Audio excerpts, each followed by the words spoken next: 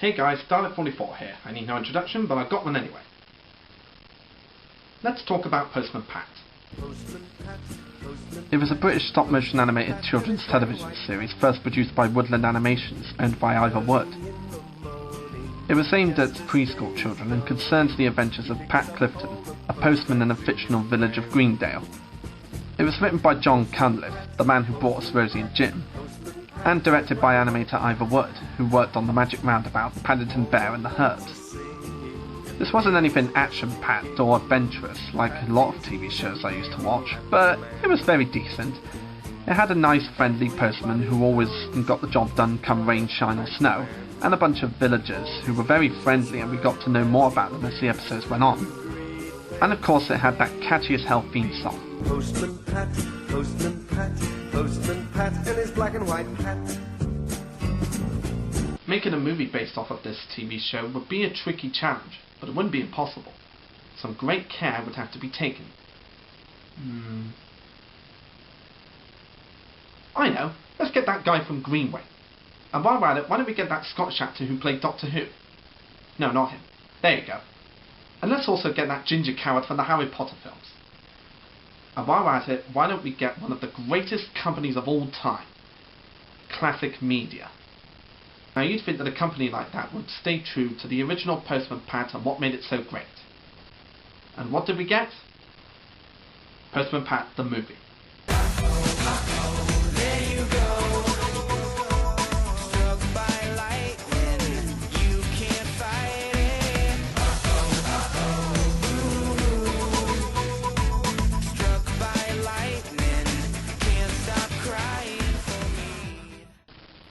This computer-animated comedy film featuring Postman Pat has quite a history to it.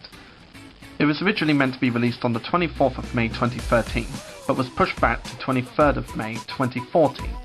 It was also the first animated project from Icon Productions, the team that brought Thomas and the Magic Railroad to VHS and DVD. And I'm guessing you all want to know what I think of this movie. Well, I'll get to that when I tell you the story. In the village of Greendale in the north of England, Postman Pat, voiced by Stephen Mangan, goes around the village delivering the post like he always does. With the bonus he was supposed to get from his employer, the Special Delivery Service, he plans to take his wife Sarah on her late honeymoon to Italy. But their new boss, Edwin Carbuncle, has cancelled all bonuses because he plans to make the Special Delivery Service more effective, thinking that being friendly is a waste of time and a waste of money.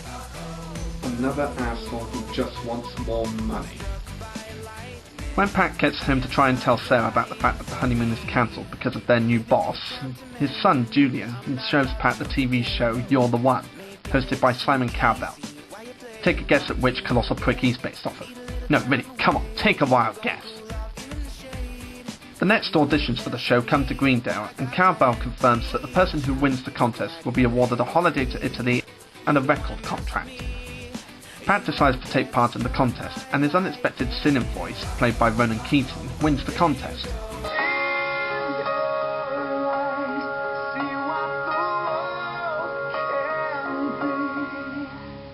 I'm Simon Cowell, and you know how to deliver. Pat is to sing again in the finals in London against Josh, voiced by Rupert Grint. But his manager, Will, voiced by David Tennant, is very keen to make sure that his client wins at all costs.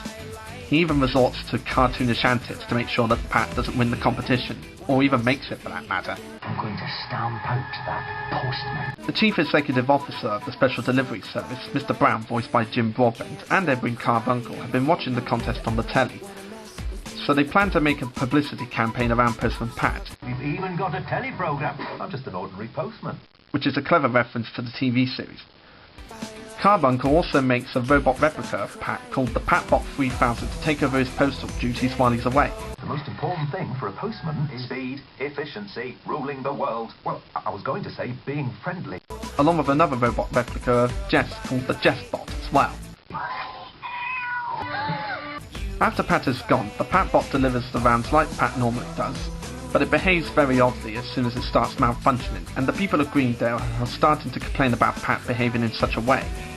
Meanwhile, the manager of the Special Delivery Service is fired by Carbuncle and is convinced that Pat doesn't want him anymore, not realising that Pat is a robot. How can anyone not realise that Pat is a robot? Meanwhile, while Wilf is trying to make schemes to stop Pat, he doesn't realise that the Pat going around Greendale is actually a robot. He uses the kind of traps that Wile E. Coyote would use to catch the Roadrunner, and somehow doesn't get the slightest bit injured, like a black eye or his arm in a sling, every time his plans backfire. While Pat is getting a lot of attention from the public for his sinning and all the publicity he's getting, Carbuncle plans to replace every single delivery man in England with the Patbot 3000.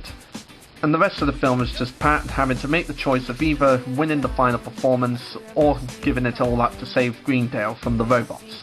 So that's the story. So what's my opinions of the movie?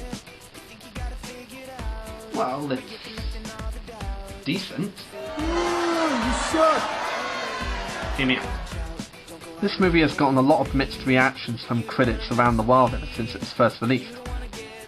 Some said it was a scary and confusing adaptation to the original show, and others enjoyed the jokes that they had in it.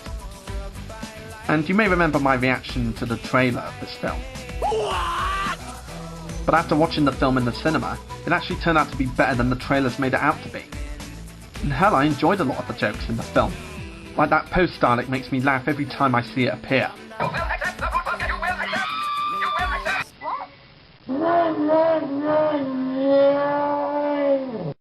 And there's not really much point in talking about the characters that we already know from the show, since everybody knows them and everybody loves them. And I've already mentioned that Stephen Mangan from Green Wing voices Postman Pat as well as the Patbot 3000, while Ronan Keating does Pat's singing voice. Here's another interesting fact about the film. When the movie was first announced, it was said that Gary Barlow was meant to be Pat's singing voice. But they lied to us! And gave us the lead singer from Boyzone instead. And don't get me wrong, I do like Ronan's singing voice, but I don't really get why they didn't let Stephen Mangan do his own singing. I mean, if they let Rupert Grint do his own singing, then why not Stephen Mangan? But never mind, I guess it doesn't really matter that much. Even though there's not too much point in talking about the characters that we know and love from the show, I will say this. Pat and Jess's relationship in the movie is kind of like Wallace and Gromit's relationship. Like, they both come up with a tag team effort to deliver the post in one way or another, and they even somehow manage to communicate with each other. I have not put on weight.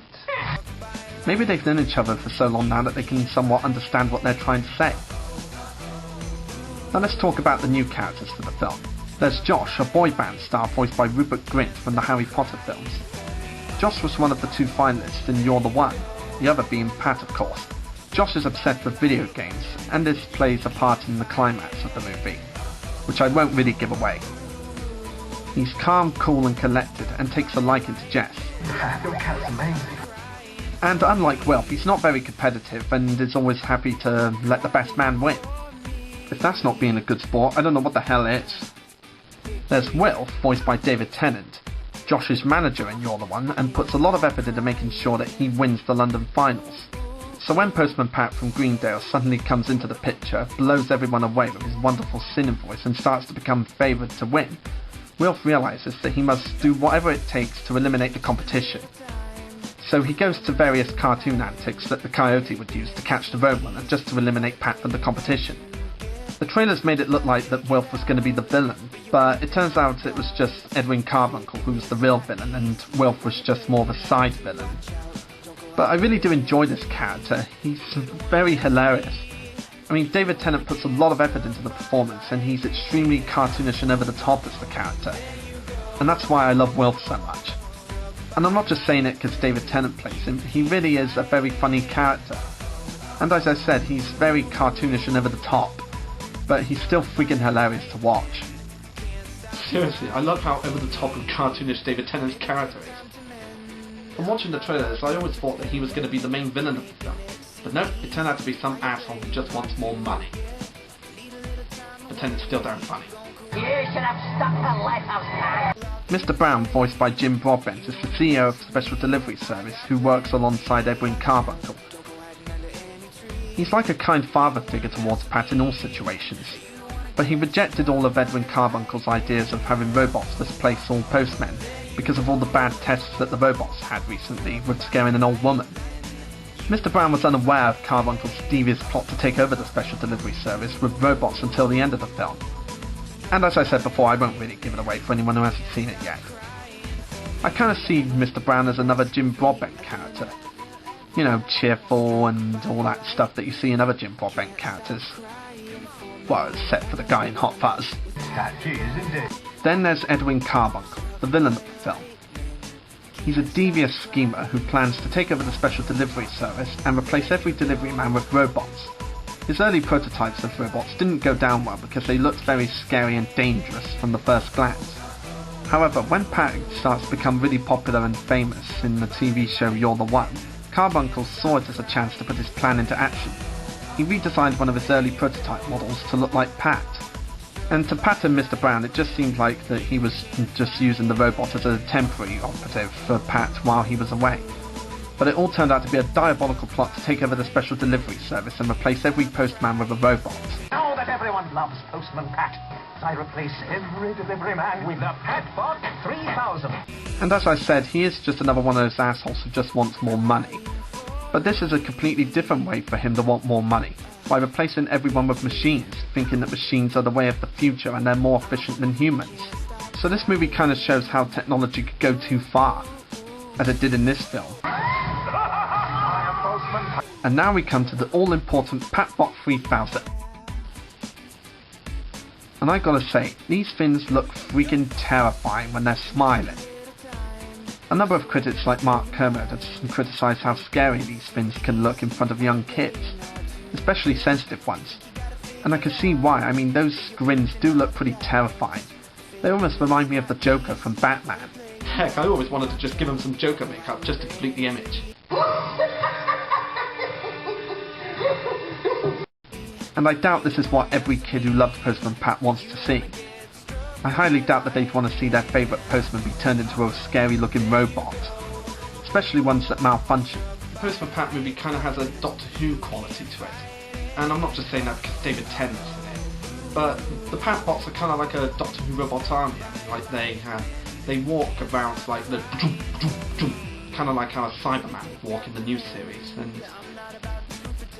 they're kind of a mix between a Doctor Who robot army and the Joker from Batman because of their wicked grins, which would seem pretty scary for young kids. But here's my question. How the hell can people not tell that these robots are fake Pats? I mean, even I could tell that it was a fake. I mean, even though Pat was told that it was a robot, it looked completely different from the real thing. So if Pat knew that it was a robot, then how come everybody else couldn't tell it was a robot? I mean, the people of Greendale are not that stupid. So yeah, this movie isn't exactly as good as the original Postman Pat TV series, but at least it's better than Special Delivery Service. As I said, it's not exactly as good as the original 80s TV series, but it's nowhere near terrible. The animation is decent, the story is well written, and it kept me on my seat long enough to want to know what was going to happen to the characters. As I said, my reaction to the trailer was, well, what? But the film actually turned out to be better than the trailers were making it out to be. Watching it in the cinema, I could tell that the creators were at least trying to make a movie based off of the original TV series, even if it didn't completely work out that well. But the jokes made me laugh, and I actually did want to know what was going to happen to the characters next in the film. So this film kept me engaged long enough to see what was going to happen at the end. So I pretty much enjoyed it. It was a decent film.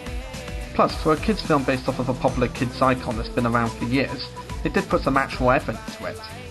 Unlike some other pieces of shit that I know.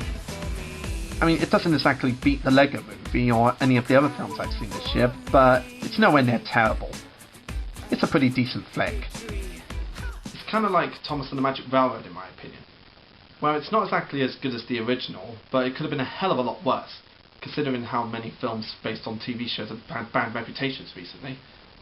So overall, I give them credit for at least trying. I'm Dalek44, and I'll see you next time, folks. God, the songs in that film are so damn catchy.